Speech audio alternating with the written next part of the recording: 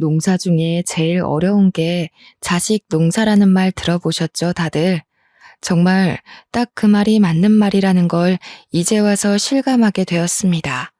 저는 아들 둘에 딸 하나 있는 60대 후반의 할머니입니다. 참 기구한 제 인생 이야기가 남들에게 퍼지는 게 싫어서 꽁꽁 숨겨놓고 있다가 의사가 참으면 병이 된다고 해서 이곳을 찾아오게 되었네요. 다른 분들에 비하면 별일 아닌 이야기일지 몰라도 더 이상 마음의 병을 쌓아두기 싫어서 제 손으로 한자 한자 키보드를 두드리게 되었습니다. 모쪼록 재미없는 이야기가 될지라도 끝까지 들어주시면 고맙겠습니다. 저는 3남매를 키우며 아주 열심히 살았습니다. 남편은 막내딸 낳고 초등학생도 되기 전에 하늘나라에 가버렸고 저는 죽을 힘을 다해서 아이들을 키워내야 했습니다. 하루 종일 나가서 이런 일 저런 일 안 해본 일 없었고 일을 하느라 정작 아이들에게 신경을 쓰지 못했다는 걸 시간이 흐르고 나서야 알게 되었습니다. 저는 3남매가 누구보다 돈독하고 서로를 아끼며 살고 있다고 착각을 했습니다. 아니, 어쩌면 제 바람이 저를 스스로 그렇게 가두면서 살았을지도 모르겠습니다. 엄마의 빈자리는 큰아들이, 아빠의 빈자리는 작은아들이 채워서 아이들끼리 서로를 의지하며 살기를 바랬던 걸지도 모르겠네요. 하지만 바람은 정말 저의 한날 흩어지는 소원이었을 뿐이라는 걸 나중에야 알게 됐습니다. 우리 첫째 아들이 완벽한 폭군이었다는 걸 알게 된 날 저는 정말 기절하는 줄 알았습니다. 9살 먹은 막내딸에게 라면을 끓여오라 시켜서 딸이 고사리 같은 손으로 뜨거운 라면을 끓이다가 끓는 물을 쏟아 가슴팍에 화상을 입었을 때 그때 알게 되었죠.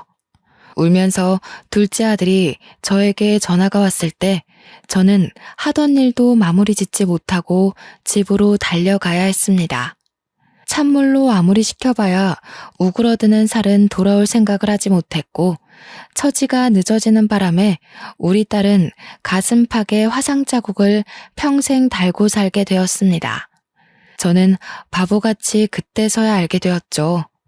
첫째 아들이 동생들의 용돈을 빼앗아 쓰기도 하고 둘째가 공부한다고 하면 하나뿐인 책상을 차지하고 비켜주지 않았다는 사소한 사실까지도요.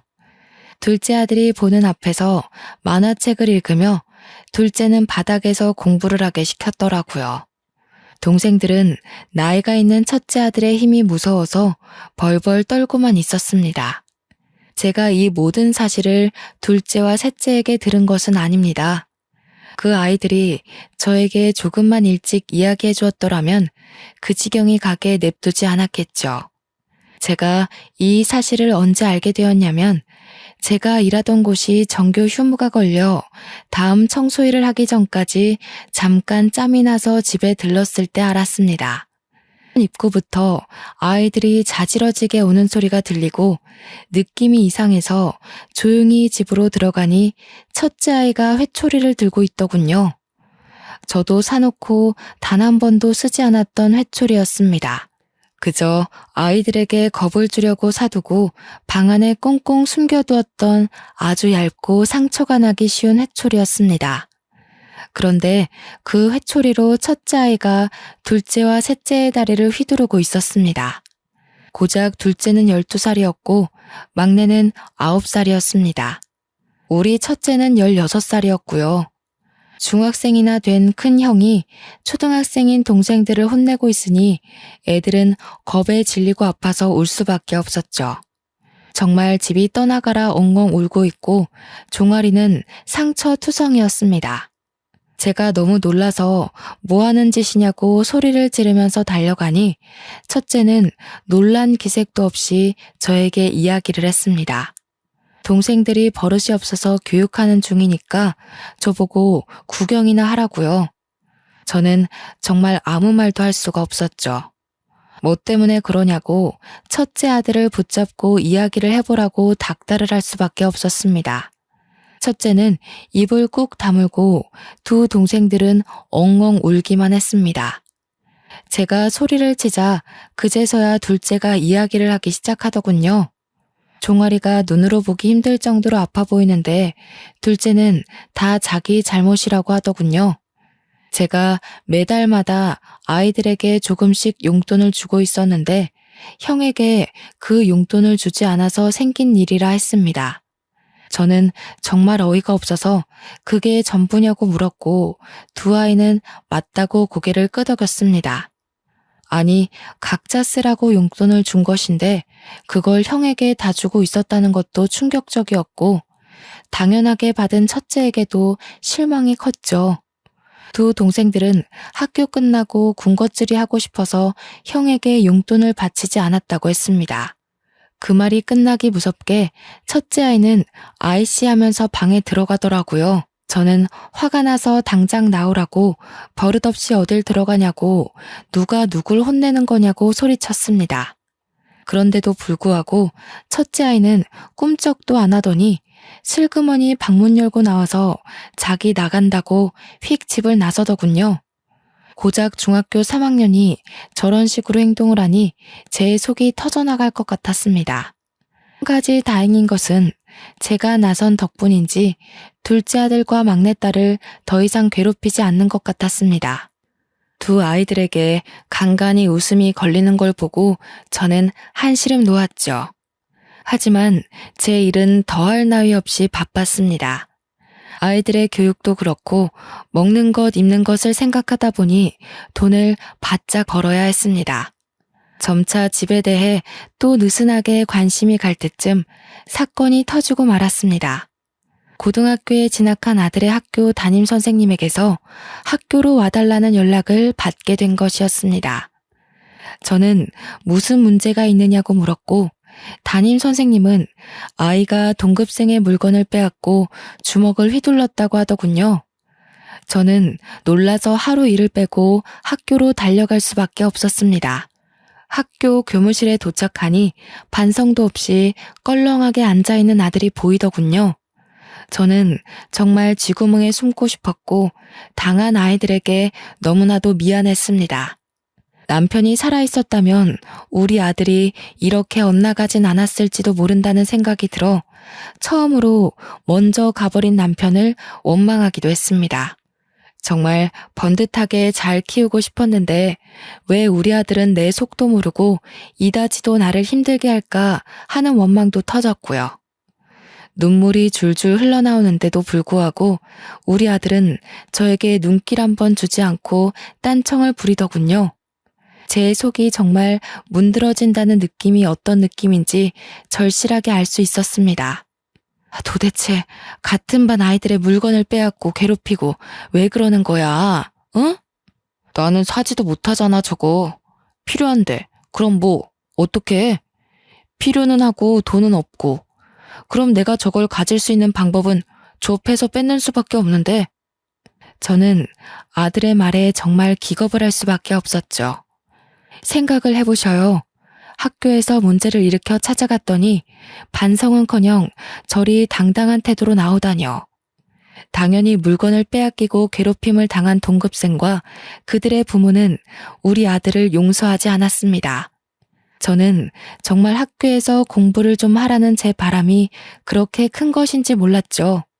결국 학교에서는 근신 처분을 내렸고 어쩔 수 없이 첫째 아들을 데리고 집으로 돌아올 수밖에 없었습니다.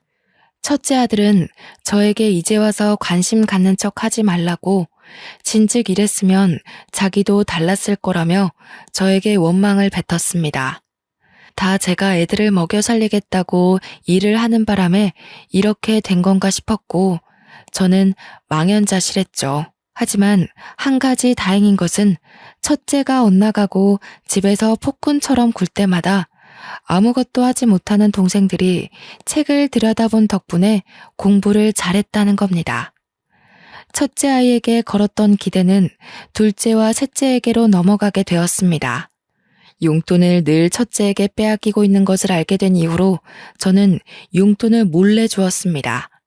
같은 날 일괄적으로 용돈을 주면 뒤에서 어떻게든 첫째 아이가 다 빼앗는 걸 똑똑히 알게 되었으니까요. 하지만 꼬리가 길면 밟힌다는 이야기 다들 아시죠?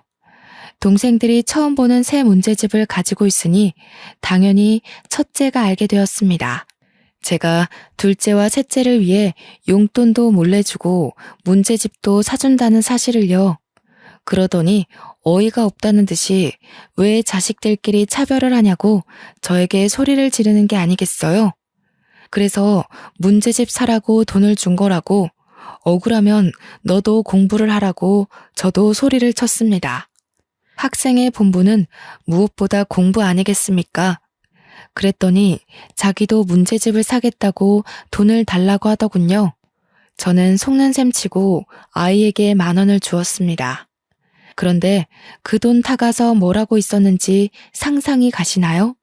바로 담배를 사서 담배를 태우고 있었습니다. 아무리 문제하여도 그렇지 고등학생이 떡하니 교복 입고 담배를 태우는 걸 보는데 정말 기가 막히더군요. 제가 등짝을 때리며 미친놈아 등신 같은 놈아 하고 욕을 해도 첫째 아들은 저를 싸늘하게 바라볼 뿐 자기 행동이 잘못됐다는 생각은 하지 않았습니다. 이렇게 문제가 심각한 아들은 날이 갈수록 사고만 치기 시작했습니다. 친구 오토바이를 타고 가다가 사고를 내지 않나, 슈퍼에서 과자를 훔치질 않나, 편의점에서 술이랑 담배를 사다가 경찰에게 잡혀가질 않나. 그러면서 저한테 하는 말이 다 제가 그렇게 만들었다는 겁니다. 동생들한테만 따로 용돈 주고 챙겨주니까 자기는 엇나가는 거라면서요. 자기한테도 그렇게 관심을 주었으면 이렇게 망가지지 않았을 거라고 제 탓을 하대요. 저는 반성 따위 없는 아들을 포기했습니다. 그러던 도중 수능을 본 첫째 아들은 당연히 대학에 떨어지고 기다렸다는 듯이 1년 동안 탱자탱자 놀기만 하더군요. 1년을 미친놈처럼 술을 처먹는가 싶더니 후련히 군대에 들어가 버렸어요. 친구들이 가니까 저도 갔다 오겠습니다 하고 입대 하루 전날에서야 저에게 이야기를 하더군요. 그럴 줄 알았으면 일찍 퇴근해서 돌아와 따끈한 밥이라도 한 끼 먹이고 보냈어야 했는데 우리 첫째 아들은 끝까지 저에게 미련이 없었습니다. 저는 그렇게 아들을 군대에 보내놓고 사람이 되어 돌아오기를 기다렸습니다. 하지만 우리 아들은 끝까지 제 예상 밖의 행동을 하더군요. 군대가 체질인 것 같다면서 말뚝을 박아버리겠다고 하는 겁니다. 당시만 해도 군대에 부조리가 많고 후임을 괴롭히는 일이 잦았기 때문에 저는 아들을 무척이나 걱정했습니다. 그러나 우리 아들의 고등학교 시절을 생각하면 사실 아들의 후임을 더 걱정해야 하는 편이 옳았던 거죠. 군대가 체질이라던 아들은 정말 부사관이 되었고 군대에서 휴가도 나오지 않고 돈을 벌었습니다. 특근 수당이라는 게 꽤 쏠쏠하다며 저에게 돈을 붙여주기 시작했습니다. 고등학생, 중학생이던 둘째 아들과 막내딸을 키우면서 저는 정말 알뜰살뜰하게 살았습니다. 첫째는 2년 동안 휴가를 나와도 집에 오지 않고 친구들을 만나며 군대 월급을 탕진하는 것 같더니 철이 든 건지 갑자기 생활비에 보태라며 50만 원씩 보내더군요. 휴가 나왔을 때는 집으로 와 갑자기 동생들 옷을 사주고 치킨도 사주고 하는 겁니다. 저는 드디어 첫째가 철이 들었구나, 고생길이 끝났구나 하면서 감동을 먹었죠. 갑자기 태도가 바뀐 첫째 아들의 모습에 둘째와 셋째도 어리둥절했어요. 둘째가 대학에 들어갔을 때는 대학 등록금까지 떡하니 내놓는 게 아니겠어요? 드디어 큰오빠가 정신을 차린 거라며 막내딸은 제 손을 잡고 울기까지 했습니다. 온 가족이 덩실덩실한 것은 덤이고요. 그렇게 평생을 군대에서 보낼 것처럼 굴던 첫째 아들은 30이 가까운 시점에 돌연 전역을 하고 집으로 돌아왔습니다. 전역과 동시에 군대에서 알게 된 사람을 통해 취직까지 하게 되었다고 하더군요. 저는 정말 군대가 사람을 만들어 주었구나 하면서 기뻐했습니다. 그때 막내는 대학생이었고 둘째는 군대에 다녀와 복학을 한 시점이었습니다. 여전히 등록금을 대랴 생활비를 마련하랴 엄청나게 바쁜 생활을 해야 했습니다. 무릎을 꿇고 걸레질을 해야 하는 청소 특성상 무릎이 시큰거려 너무나도 힘들었지만 첫째가 번듯한 직장인이니 행복했죠. 월급을 받는 날이면 저에게 생활비에 보태라고 돈을 주기도 하고 동생들을 위해 돈을 아낌없이 썼습니다. 그렇게 막내까지 졸업을 마치고 3남매가 모두 직장인이 되었을 때 저는 드디어 생활이 좀 피어나나 했습니다. 이유는 아이들 셋 전부 다 저에게 생활비를 주었기 때문이었습니다. 막내딸은 저에게 청소하느라 고생했다며 이제는 좀 쉬어도 되지 않겠냐고 하더군요. 시큰거리는 무릎도 고쳤으면 좋겠다고 했지만 만만치 않은 병원비까지 아이들에게 짊어지게 하고 싶지 않았어요. 저는 일을 좀 줄이긴 했지만 그래도 여전히 바쁘게 일을 했고 저축도 하고 그렇게 시간을 보냈습니다. 아이들이 다 크니 은근히 들어갈 돈도 없고 통장에 하나둘 쌓여가는 잔고를 보면서 행복해지더라고요. 남의 집 청소도 하고 건물 청소도 하고 청소일이 힘들긴 하지만 시급은 좋아서 놓칠 수 없었습니다. 제 무릎이야 나중에 휠체어 타고 다니면 되지 하는 아주 말도 안 되는 생각을 하면서 버텨냈죠. 첫째 아들이 34살이 되었을 때 드디어 저에게 결혼하고 싶은 사람이 있다면서 여자를 소개시켜 주겠다고 했습니다. 첫 만남이 아직도 생생하니 잊혀지지가 않습니다. 며느리 될 사람이라고 데려온 여자는 인상이 별로 좋지 않아서 솔직히 마음에 안 들었습니다. 째진 눈꼬리에 득실득실하게 붙은 욕심살이 있어서 우리 아들이랑 결혼하겠다고 하니 걱정이 앞섰습니다. 그런데 그게 다 제 편견이었는지 성격이 아주 붙임살 있는 게 시원시원하니 좋더라고요. 물론 가끔 말이 좀 세게 나오는 경향이 있어서 제가 처음에는 눈치를 봐야 했지만요. 저한테 시집살이는 시키지 않으셨으면 좋겠어요. 제가 제 사람 하나는 끝내주게 챙기는 타입이거든요. 하지만 제 사람이 아니다 싶을 때는 칼같이 내치는 사람입니다. 나도 연락을 자주 하거나 시집살이 시킬 맘 없네. 요즘 시대가 그런 시대도 아니고 그저 둘이 잘 먹고 잘 살았으면 하는 마음뿐이지. 며느리가 눈에 힘을 주면서 이야기하니까 괜히 저도 마음이 쫄리더라고요. 그래서 솔직하게 이야기를 했더니 며느리가 갑자기 저한테 웃음을 흘리면서 싹싹하게 굴기 시작했어요. 제가 시집살이를 시킬 마음 없다고 하니 그제서야 마음의 문을 열어둔 느낌이었습니다. 어머님, 제가 반찬을 좀 해왔는데 입에 맞으실진 모르겠지만 한번 드셔보세요. 제가 철되면 식혜도 해다 보낼게요. 제가 식혜 하나는 끝내주게 만들거든요. 김장철 되면 김장김치도 좀 보내드릴까요? 제가 요리하는 걸 워낙 좋아해서요. 며느리가 만들어 보내준 식혜는 정말 팔아도 될 만큼 달달하고 부드럽고 좋았습니다. 김치도 어찌나 맛이 좋던지 우리 며느리가 반찬 가게 하면 정말 장사가 대박나겠다고 생각할 정도였어요. 맏며느리로 저렇게 손재주가 좋은 아이가 들어오다니 제 복이 아닐까 싶기도 했습니다. 반평생을 속을 썩이던 첫째 아들에게 어찌 저리 좋은 인연이 나타났을까 싶기도 했고요. 그런데 우리 막내딸의 생각은 조금 달랐던 것 같습니다. 어느 날 저에게 다가오더니 슬며시 식혜 맛을 보고는 저에게 이야기를 하더군요. 엄마, 내가 CC식품 다니잖아. 그런데 아무리 생각해도 이 식혜가 우리 회사 제품 같아. 그리고 김치도 마트에서 파는 그 김치 같고. 막내딸의 이야기는 사온 상품을 대충 통에 옮겨 담고는 생색을 내는 것 같다는 이야기였어요. 막내가 식품회사를 다니기 때문에 흘려드릴 수 없는 이야기였습니다. 며느리가 항상 자기가 직접 만든 거라고 생색을 내며 저에게 손을 내밀었기 때문에 저는 용돈을 주는 것으로 보답을 했거든요. 그런데 이게 모두 사온 상품이었다고 생각하니 은근히 배신감이 느껴지더라고요. 저는 애써 태어난 척 딸에게 설마 그런 걸로 거짓말을 치겠냐고 너무 새언니를 미워하지 말라고 했습니다. 아무래도 막내딸은 큰아들에게 당한 것이 많으니 색안경을 끼고 볼 수 있겠다는 생각을 했기 때문이었어요.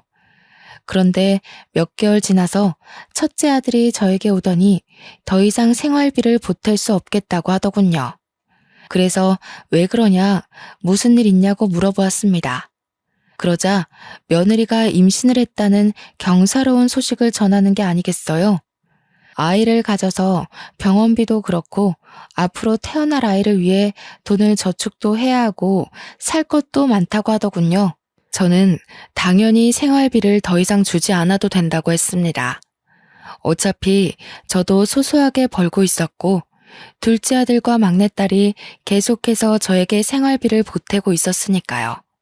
첫째 아들이 저에게 생활비를 주지 않는다고 해서 제가 당장 굶어야 하는 것도 아니었고요. 저는 일을 조금 늘릴까 고민까지 했습니다. 손주가 태어나면 저도 아무것도 해주지 않을 수 없으니까 말이죠. 저는 손주를 볼 생각에 신이 나서 정말 매일 밤 어떤 아이가 태어날까 상상하며 잠들었습니다. 꿈에라도 한번 나타나주면 좋겠다. 우리 남편이 살아있으면 정말 좋겠다. 그런 생각을 하며 단잠을 잤습니다. 그런데 며느리가 임신을 하고 나서부터 오묘하게 태도가 바뀌는 게 아니겠습니까? 처음에는 싹싹하게 굴던 며느리가 시간이 지날수록 점점 저를 냉대하는 게 느껴졌습니다. 당연히 김치고 식혜고 보내는 일이 없어졌지만 저는 상관없었습니다. 심해서 음식 냄새조차 못 맡는 사람들이 있으니 우리 며느리가 몸이 힘든가 보다 하고 넘어갔죠. 사실 식혜고 김치고 애초부터 보내지 않아도 괜찮았던 것이니 우리 며느리에게 부담을 주고 싶지 않은 마음이 더 컸다고나 할까요? 그래도 몸이 안 좋은 거면 제가 좀 도와줄 게 없겠나 싶어서 아들에게 연락을 했죠. 아들, 요즘 며느리 몸이 많이 안 좋으니 입덧이 많이 심한가 보구나. 매번 담던 김치도 식혜도 준비 못할 정도면 밥도 거의 못 먹는 거 아니니? 웬 김치랑 식혜요? 우리도 김치 사 먹고 있는데. 식혜 같은 건 원래 페트병으로 나오잖아요. 그거 사 먹으면 되는 거 아닌가요? 우리 막내딸의 예상대로 전부 대기업의 맛이었던 것이었죠. 솔직히 괘씸하지 않았다면 거짓말이겠지만 임신한 며느리한테 따지고 들 만큼 저도 치졸한 사람은 아니었기에 모른 척 넘어갔습니다. 그저 사왔다고 처음부터 이야기해도 고맙게 받았을 건데 직접 만들었다고 저를 속여가면서 용돈을 받아간 게 괘씸했던 거였죠. 하지만 시어머니에게 예쁨을 받고 싶어서 그런 발칙한 행동을 한 것일 수도 있으니 그냥 넘어갔습니다. 우리 막내딸만 그럴 줄 알았다면서 애초에 인상도 별로였다고 싶더라고요. 임신한 며느리가 혹여라도 눈치챌까 그런 말은 하지도 말라고 했습니다. 그런데 막내딸뿐만 아니라 둘째 아들도 맏며느리가 별로였다고 슬쩍 끼어드는 겁니다. 사람이 너무 별로라고 상대하고 싶지도 마주하고 싶지도 않다는 식으로 이야기를 하길래 저는 무슨 일이 있었나 싶었습니다. 그래서 슬쩍 왜 그러냐 하고 물어보니 둘째 아들이 저에게 무언가를 하나 꺼내서 보여주더군요. 볼펜인 줄 알았는데 볼펜처럼 생긴 녹음기였습니다. 이걸 왜 지니고 다니냐고 물어보니 예전에 형한테 많이 혼나고 당해서 버릇처럼 소형 녹음기를 몸에 지니고 다닌다고 했습니다. 있었던 일을 전부 다 녹음을 해야지만 자기 전에 마음이 편하다면서 저에게 버릇이라고 했습니다. 그러면서 며느리랑 대화한 녹음본이 있다면서 언젠가 저에게 꼭 들려주겠다고 마음먹었었다고 했어요. 오늘이 그날인 것 같다면서 녹음해둔 대화를 틀어주는데 저는 너무 놀라서 기겁을 했죠. 도련님, 우리 남편이 엄청나게 어릴 때 차별받고 자랐다는데 그거 다 사실이에요? 우리 시어머니 진짜 무서운 사람이다. 차별을 그렇게 해놓고 아들한테 생활비를 받아가는 거예요? 도련님은 문제집 살 돈도 주고 공부도 엄청 시켜줬다고 들었는데 맞아요? 우리 남편은 대학도 못 나오고 동생들 뒷바라지만 신나게 해줬다고 하던데. 불쌍해라 정말. 군대 가서 말뚝 박은 이유도 시어머니의 동생들 먹여 살리느라 어쩔 수 없이 한 거라던데. 좀 그 힘든 곳에서 그렇게 열심히 일할 생각을 했을까? 설마 형한테 받은 거 전부 모른 척 할 생각은 아니죠? 조카 생기면 차별 대우 받으면서 챙긴 목까지 다 챙겨주셔야 돼요. 임신까지 했는데 임신 축하 비용 같은 거 없어요? 남들은 다 해준다던데. 저는 욕심 없으니까 그냥 100만 원 정도만 해주세요. 그래서 우리 착한 둘째 아들이 며느리한테 임신 축하 비용이랍시고 100만 원을 송금했다지 뭡니까? 저는 정말 기가 막혀서 막내딸한테도 이런 이야기를 들었냐고 하니까 막내딸은 자기한테 요구하진 않았다고 하더군요. 평소에도 별로 좋아하는 티를 안 내서 자기한테까진 이야기를 안 한 것 같다고 하는데 정말 기가 막히고 코가 막힐 지경이죠. 너무 어이가 없어서 며느리에게 전화해서 호되게 혼을 낼까 싶었지만 둘째 아들이 참으라길래 꾹 참았습니다. 하지만 한번 미운털이 콕 박히고 나니까 얼굴을 보고 싶지도 않고 전화도 하기가 싫더라고요. 그래서 연락을 하지 않았습니다. 일부러요.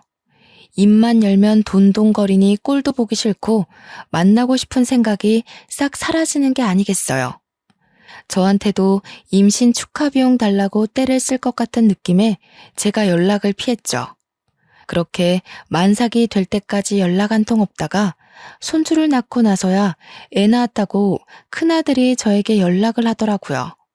저도 그냥 축하한다고 이야기하고 끝냈습니다. 하지만 손주를 보고 싶은 마음은 참 쉽게 사그러들지 않았습니다. 결국 둘째와 막내와 저 이렇게 셋이서 병원에 찾아가 손주를 보려고 했습니다. 다들 퇴근하고 삼삼오오 모여서 간 것이라 밤에 뭐 하나 준비도 제대로 못하고 마음만 급해서 병원에 찾아갔습니다. 그러자 저희들의 빈손을 보고 며느리가 화를 막 내는 게 아니겠습니까? 저희는 꿀먹은 벙어리가 되고 말았죠. 솔직히 임신해서도 2번인가 밖에 만나지 못했는데 제가 뭘 준비해서 올 수 있겠어요? 지들이 뭘 샀는지도 말을 해주지 않았는데 다짜고짜 빈손이에요? 하고 콧김을 뿜으면서 물어보니까 할 말이 없었습니다. 첫째 아들도 저한테 오느라 고생했다고 하면서도 요리조리 살펴보며 진짜 빈손이냐고 묻더라고요. 뭐 제가 빈손으로 찾아간 게 잘못이긴 하지만 그래도 가족보다 물건을 더 기다렸던 것 같아서 기분이 영 좋지 않았습니다. 그러더니 저한테 돈 봉투라도 준비해서 오지 그랬냐고 첫째 아들이 저를 타박했습니다. 동생들한테도 엄마가 미리 말을 했어야지 봉투 하나 없이 찾아오는 법이 어딨냐고 하는데 우리 아들이 철들었다는 게 다 거짓말 같더라고요. 아니, 오늘 보고 안 볼 것도 아닌데 다음에 준비해서 만나면 되지 않겠니? 다들 퇴근해서 정신없이 애기 보러 온 건데 너무 물건만 기다리는 사람같이 구는구나. 한동안은 못 보죠. 원래 100일까지는 밖에 나가는 게 아니라고 하던데요. 저희가 형수님 댁으로 찾아가면 되죠. 어머, 그게 무슨 소리예요? 무슨 병균을 묻히고 올지도 모르는데 집으로 찾아온다고요?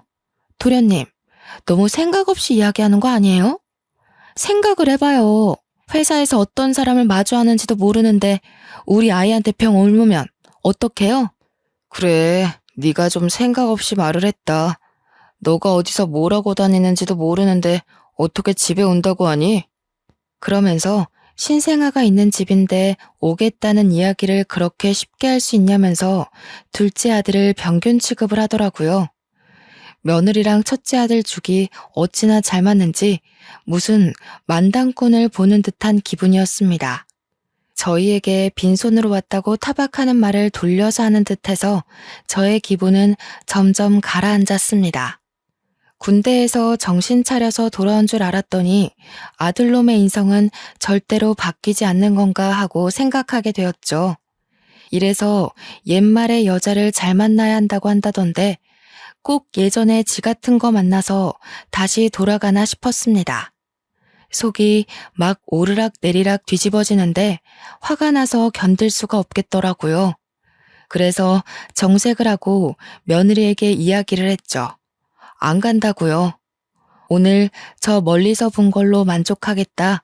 내 손주이긴 해도 며느리도 몇 번 못 보고 맞이해서 그런지 정이 안 간다고 했어요. 정이 안 가는데 선물이고 돈이고 무슨 소용이 있겠냐고 체념하듯이 이야기했더니 아들이 입을 꾹 다물더군요. 저는 거기서 멈추지 않고 하고 싶은 말을 다 해야겠다고 생각했습니다. 그래서 알아서 잘 키우고 나중에 애가 병 안 걸린 나이 되면 그제서야 만나자고 했습니다. 그러니까 며느리가 저한테 돈이 안 나올 것 같았는지 어머님 하고 부르는 게 아니겠어요? 며느리가 언제 저를 저렇게 불러줘봤나 싶은 생각이 들더라고요. 그러더니 저한테 그냥 가시면 어떻게 하냐고 소리를 치는데 듣기 싫어서 애들 데리고 그냥 병실을 나왔습니다. 그러니까 첫째 아들이 쫓아나와서 저한테 조금 화를 냈습니다. 아니 엄마, 그래도 와이프가 애까지 낳았는데 축하한다고 돈 봉투는 주고 가야지. 얘, 너 나한테 돈 봉투 맡겨놨니? 왜 자꾸 돈돈거리고 그러는 거야? 그동안 생활비까지 드렸는데 1억이에요? 그럼 나도 여태 너 키웠는데 1억이야? 얘, 너도 꼭 너 같은 자식 낳아 키우면서 고생 좀 해봐라.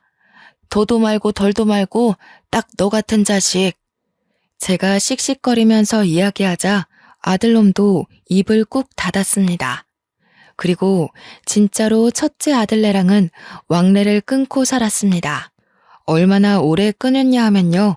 둘째 아들과 막내딸이 결혼을 해서 각자 가정을 꾸릴 때까지도 연락을 하고 지내지 않았습니다. 애들도 줄줄이 손주들 낳고 사는데 그동안 첫째네랑은 특별한 일 없을 때는 만나지도 않았네요.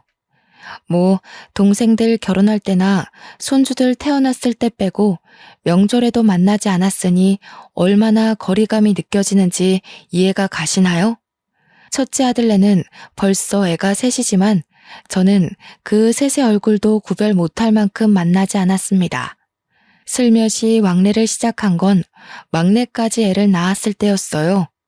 명절이랍시고 찾아와서는 두런두런 지들 사는 이야기를 하는데 그것조차 곱게 보이질 않더군요.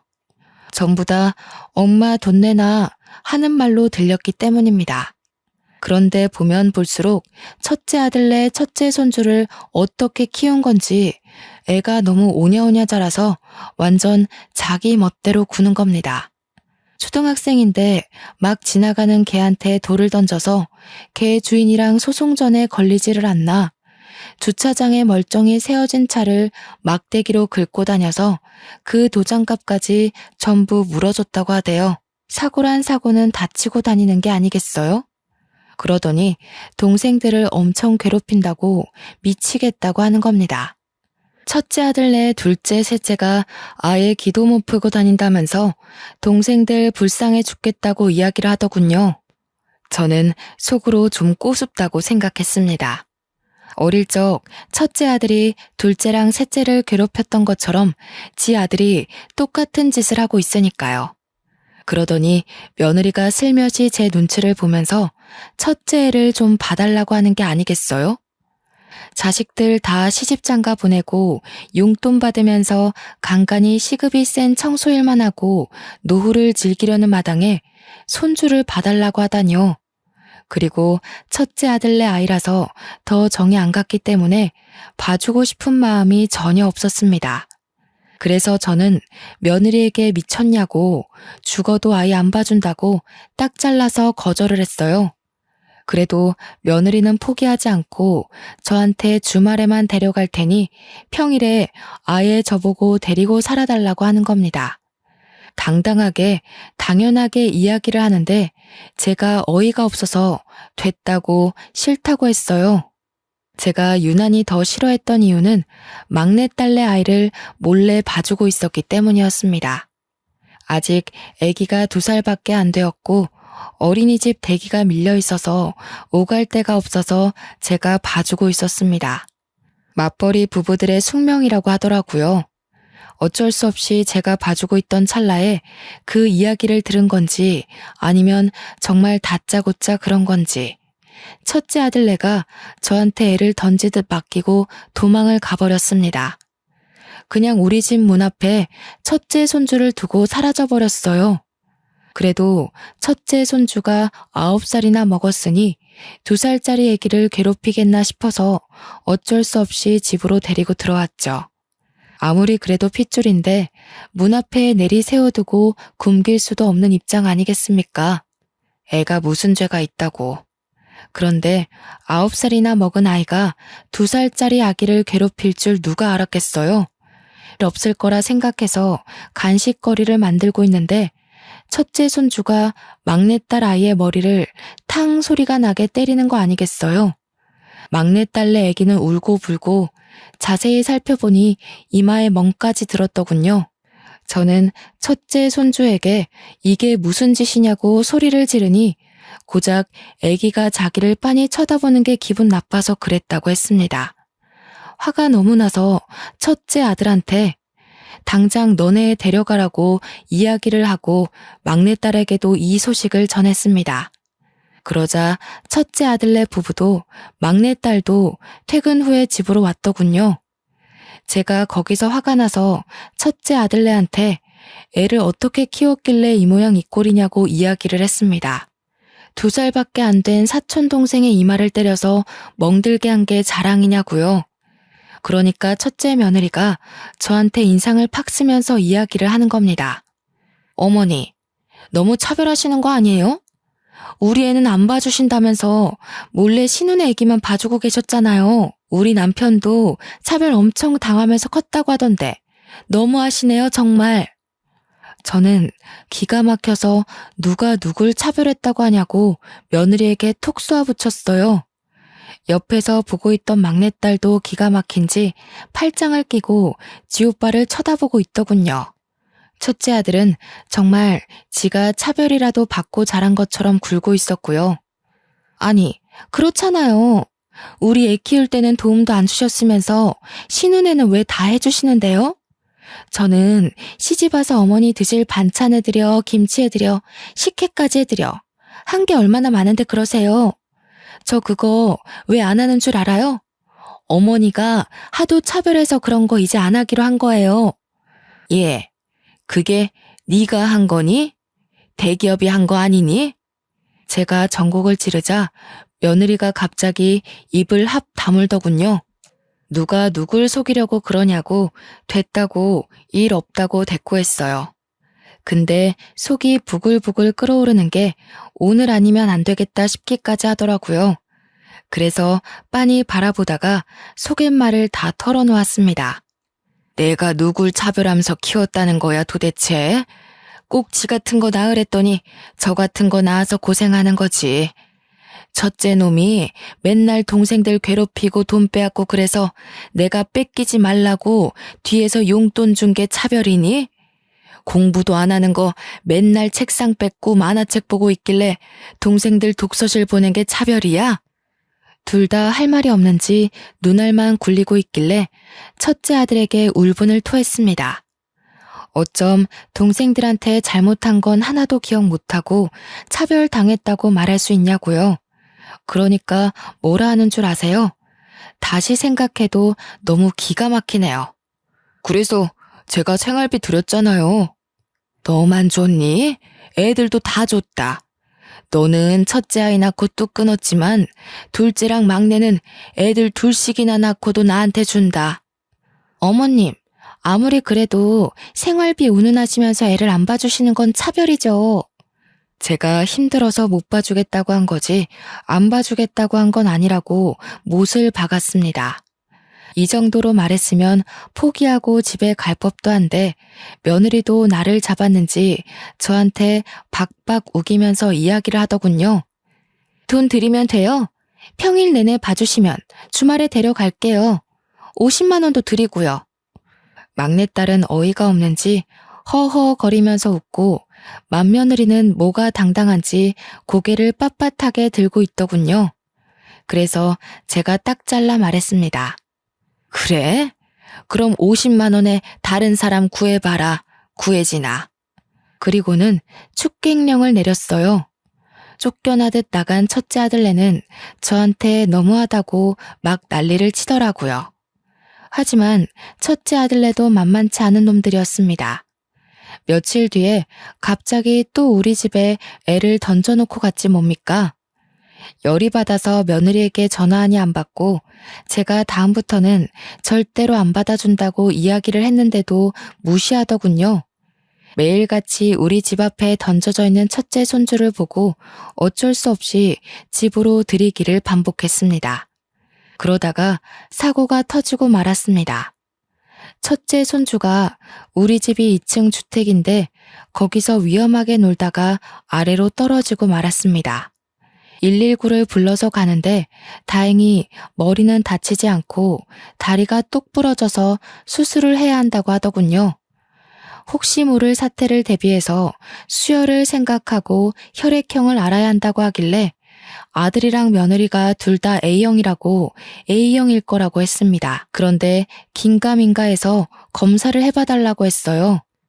근데 병원에서 A형이 아니라 AB형이라고 부모가 둘 다 A형이 맞냐고 물어보는 거예요. 절대로 AB형이 나올 수 없다면서 부모가 혈액형을 잘못 알고 있는 것 같다고요. 저는 순간 머리를 망치로 얻어맞은 듯한 기분이 들었습니다. 행동이 첫째 아들이랑 똑같아서 의심을 한 적이 없는데 생긴 게 아무리 봐도 아들을 안 닮은 거죠. 며느리가 성형이라도 한 줄 알고 조용히 모른 척 했는데 우리 아들의 아이가 아닐 수도 있는 거 아니겠습니까? 저는 아들에게 바로 이야기를 했고 제 의심을 지울 수 없어 유전자 검사를 맡겼습니다. 맏며느리가 전업주부임에도 애를 우리 집에 던지고 싸돌아다니는 것도 수상하고 그런데 정말 친자검사 결과에서 아들과 일치하지 않는다고 나온 겁니다. 첫째 아들이 열이 받아서 둘째와 셋째 아기까지 모조리 다 검사를 했는데 친자 불일치가 떴어요. 첫째 손주가 누워있는 병실에서 당연히 난리가 났습니다. 아들은 아기 아빠가 누구냐고 소리치고 며느리는 사색이 되고 알고 보니 10년 된 내연남이 있었고 자식들이 그 내연남의 아이였던 겁니다. 온 가족이 전부 뒷목 잡고 쓰러졌어요. 결국 변호사 선임해서 첫째 아들은 이혼 도장 찍고 위자료 소송에 상간남 소송까지 다 했습니다. 그런데 며느리의 내연남도 알고 보니 유부남이었고 아이 셋을 혼자 키우기 어렵자 저를 찾아와 뻔뻔하게 말을 했어요. 어머님, 그래도 그동안 같이 살았던 정이 있는데 애들만이라도 좀 데려가 주시면 안 되나요? 저 혼자 먹고 살기도 너무 빠듯해요. 아니면 아범 설득해서 양육비라도 좀 주라 하세요. 내가 왜 남의 씨를 키워주남? 그동안 정은 개뿔이다. 남의 아이들한테 왜 우리 아들이 양육비를 주니? 안 그래도 내일 변호사 만나서 파양 신청하기로 했다. 그러더니 그 뒤로 저를 몇 번이나 찾아와서 눈물로 읍소했다가 화를 냈다가 들어 누웠다가 하는 게 아니겠습니까? 나중에는 제발 받아달라고 사정사정하는데 결국 경찰에 신고하고 매몰차게 보내버렸습니다. 첫째 아들은 그날 이후로 제 눈치를 보느라 아무것도 못하고 죄송하다고만 하고 있고요. 솔직히 시간이 다 흐른 지금이라 꼴도 보기 싫지만 상심이 클 첫째 아들을 여태 끼고 살고 있습니다. 그냥 대면대면하게 서로 있는 듯 없는 듯 살고는 있지만 아들의 월급의 반 이상이 제 통장으로 들어오고는 있습니다. 제가 아들 이혼시키면서 생활비 보태지 않으면 데리고 살아주지 않겠다고 했거든요. 지금까지도 착실하게 제 말 듣고 제 눈치 보면서 잘 살고 있고요. 망한 자식 농사지만 그래도 앞으로 눈칫밥 먹으면서 살 듯 싶어 다행이라 생각합니다. 아들이 주는 생활비 한 푼 두 푼 모아 시큰거리는 제 무릎 제대로 고쳐볼까 합니다. 그거라도 해야 제 마음이 속 시원해질 것 같네요. 물론 의사 선생님 말대로 이렇게 풀어내니 한결 가벼워지긴 했습니다. 여러분, 마음에 안 드는 자식도 결국 내 자식이긴 하더라고요. 대신 단단히 마음 다잡고 한 방 먹여야 그나마 눈치라도 보고 사는 것 같습니다. 대한민국의 어머니들 모두 힘내시고 앞으로는 당당하게 삽시다. 감사합니다.